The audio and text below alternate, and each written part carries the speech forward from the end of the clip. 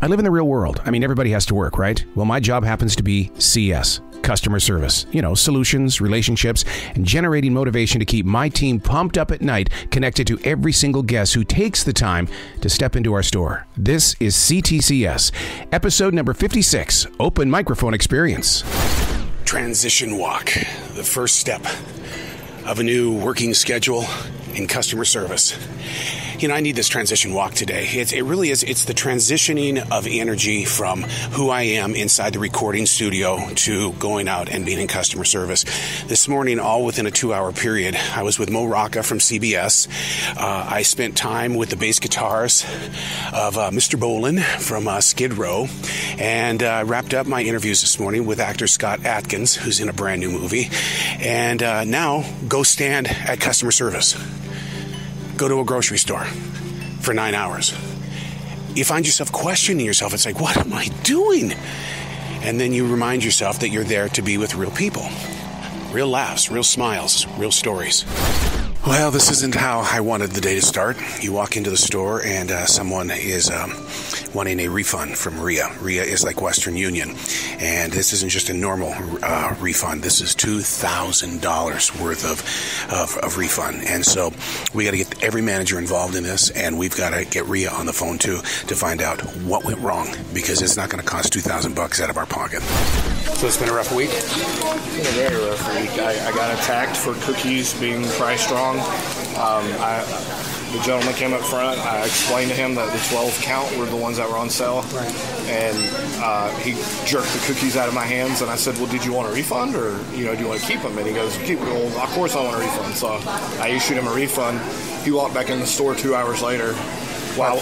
About the same cookies? No. I was standing up front bagging, and he walked behind me, and he goes, I wouldn't let them know about that sign because I know you don't care. And so I was like, okay, all right. And then the very next morning, a guy walks in with $500 or $600 in money orders, and he goes, I want to cash them. And I go, I'm sorry, we don't cash those here. We issue them. And I go, if you go to a bank or a check cashing place, they can help you there. And he goes, oh, okay, all right, thank you. And he left. And he walks back in 20 minutes later, and he slams them down the counter, and he goes, I want these cashed. He goes, I know you guys cash them. I've cashed them here before. And I said, no. I said, but we don't. And he goes, I don't want to hear that. You're going to cash it. Oh, God. So I went down to the office, and I got my boss, and she came out, and she said, no, we don't. And he goes, no, yeah, you do. And she goes, no, I'm the CSM, we don't. And so he goes, okay, all right, that's all I wanted to know. And he left, and then he sat in his car, and he got on the phone, and he said, I want you to know that prepare for a racial lawsuit. No. And then I said, do you want to speak to the store manager? And he hung up on me. So, wow. Go figure. Wow. That was definitely a rare moment. Somebody from a competing store shopping in our store, and it was fun to stand there and talk with them and compare notes about guests and where do they park and why do they park oddly and stuff like that. And we all have stories to share. And sitting down with somebody who works at a grocery store, any type of retail, I mean, the stories are so deep. And listen to them sometime. We just got word that there's a recall of the store's iced tea, and that means get it off the shelf. And that's where we're headed right now. We're headed back to the area with the refrigeration, and we're getting this stuff off the shelf because they don't tell us why it's recalled. Just get the iced tea out of here and don't get it in the hands of our guests. Tell me that recipe again with the chicken. I just fry it, and then I put buffalo sauce on it, and then I put garlic butter seasoning on it. So then. But that's afterwards, though, right? Yeah, afterwards. Okay. Yeah, and it makes it so. And then do you eat it cold or you eat it hot? I eat it hot. You do? Okay. It's really good. The wings that Ty was talking about are called crack wings, and it was one of those where, there are so many recipes that are being shared inside our lanes every single day, and so I want to be in that place where, it's like, don't sit here and tell me that you had these great wings. You have to tell me how you designed those wings, or what are you doing with your steak and stuff like that. I think it's, everybody's got a story, everybody's got a family tradition. An older gentleman comes up to customer service and he says, man, I wasn't feeling good yesterday. He says, I almost passed out in your store. And, I was lightheaded and I think they messed up with my receipt. And he says, because I can't believe that I spent $113 on, look at this list. There's hardly anything here. And he says, and look at what you charged me for those crackers, $42.90. And then he started saying things about that the chicken prices were too high and he wanted a refund on that. It all came up to $74 $4.95. And new guy Bill brought up a very interesting point in the way that he said, you didn't notice this yesterday and you didn't call the store. And so, but he didn't bring that up to that. What you do is you super serve the customer. And but it's still, there's that question where we just conned. What's your gut reaction to think about that? Do you think he got 10 extra boxes of crackers? I don't think he did. Why would anybody buy 10 boxes of crackers? No, they'd be stale after. But I'm disappointed that when he paid, he didn't realize. But if he's having a medical condition, then I can sympathize with that. Right. But then when it becomes, well, the ham wasn't rang up correctly or this wasn't rang up correctly, then I start to wonder how much of it, is he even remembering this accurately? Right. Did they tell you why it was recalled?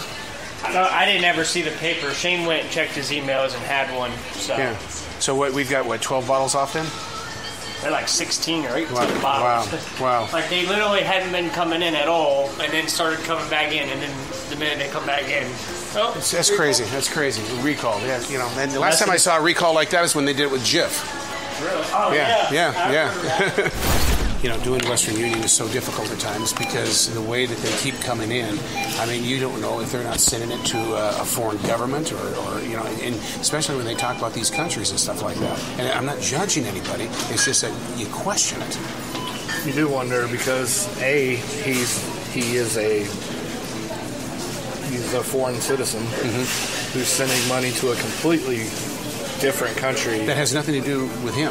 Right. Yeah. And it's coming through Western Union, and now that's the second time this week that he's sent money, and he does it 2 to 3 times a week to that same organization. Yeah. And it's not my business, but at the same time, it definitely raises a lot of questions.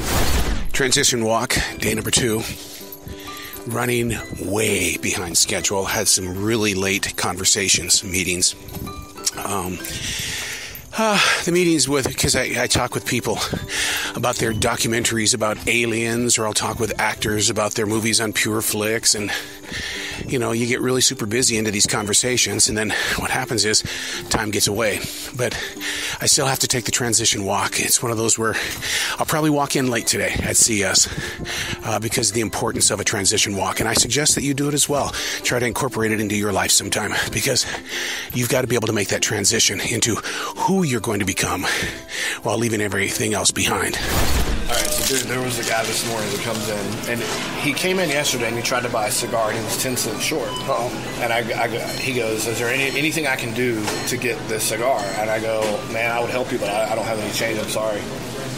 And so he looked let down, and he left, and I felt kind of bad after he left. So he comes in this morning, and he comes to the desk, and he goes, I need to use your phone to call 911. Really? And I go, are you okay? And he goes, it's for myself. And I go, okay. And he gets on the phone, and I immediately tell the store manager, this guy wants to call 911. I'm letting him because I don't know what's going on. And I hear him go, what time is it? And I go, 11:29. I won't forget that time. And he wrote it down. And the first thing I thought is he getting ready to start a manifesto? Is he getting ready? You know what I mean? Oh, wow. And it's something that people didn't think about 10, 20, 30, 50 years ago. Yeah. And I go in the office and I'm thinking to myself, I need to go out there because what if he had a backpack? Oh. And the first thing I thought was, what if he starts doing a rampage? Yeah. And who's going to be there to stop him? It shook me for about 15 minutes. One time I didn't pick up a basket and I saw the lady run out. So I found this over there in the aisle. This absolutely has to be a theft that was about to happen. Okay, so what we're doing is we're calling the police at this time because the guy wants us to call the police. He's got a lot of food out there. He very calmly and peacefully put the food down on the ground. And he says he'll give it all back once the police come by to pick him up. So we're on 911 even as we speak. The same gentleman from this morning that said he needed help.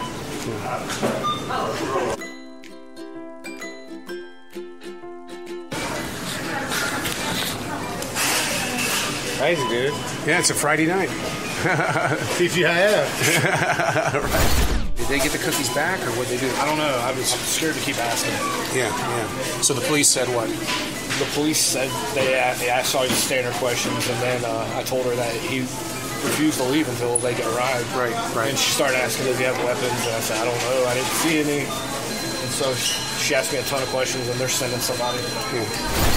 She goes, is he under the influence? And I go, no. I go, but he's not all there. He's coherent, if that makes sense. And she goes, it does. It makes sense. Well, you read articles about this, like you said, he definitely wants the police, and he's going to do something to get the police over here. Yeah, he's not going to eat 12 containers of cookies. Right. Those are soft-baked cookies. He wants, that's a felony, what he has, and the amount of merchandise he has. Right. So he needs help. Transition walk, day number 3. It'll be my final day this week in customer service. The reason why is because this time tomorrow, we're going to be preparing to be on a live stage, and I love that live performance. We were doing that well before I got into customer service. I've been on that tour, you could say, for 29 years or so. So I just got off the phone with my friend in Ukraine. We've got a podcast. It's American journalist in Ukraine, Joe Lindsley.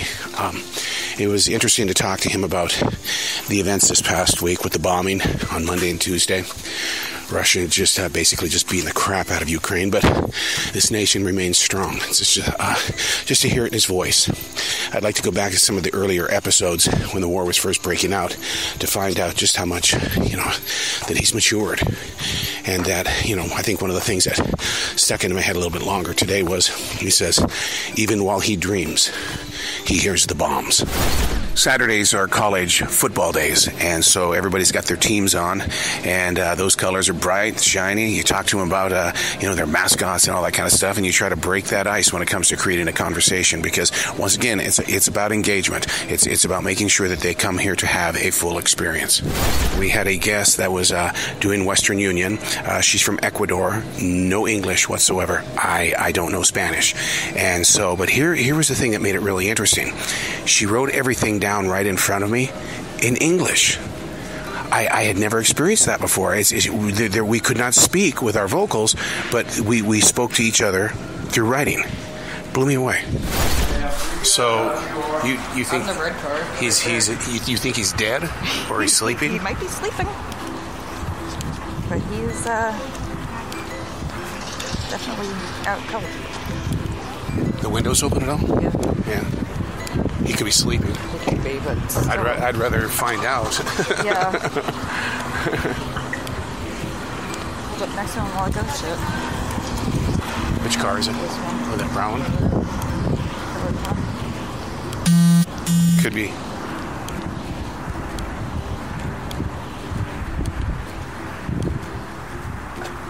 Hi, we're just checking on you, sir. Everything okay? Hey now. Sir? Sir, we're just checking to find out if you're okay. You're okay? Yeah. Okay, cool. Okay, excellent. Thank you, sir. Had to quickly come into the restroom, and the reason why is because a man up at customer service from out of nowhere says, I'm very sick. I've got a huge fever, and we're looking right at him, and all at once everybody in customer service steps back 3 steps, and so I got to get this. We're in COVID season again. We're in the flu season, and they come that close to us at customer service. So you got to get cleaned up.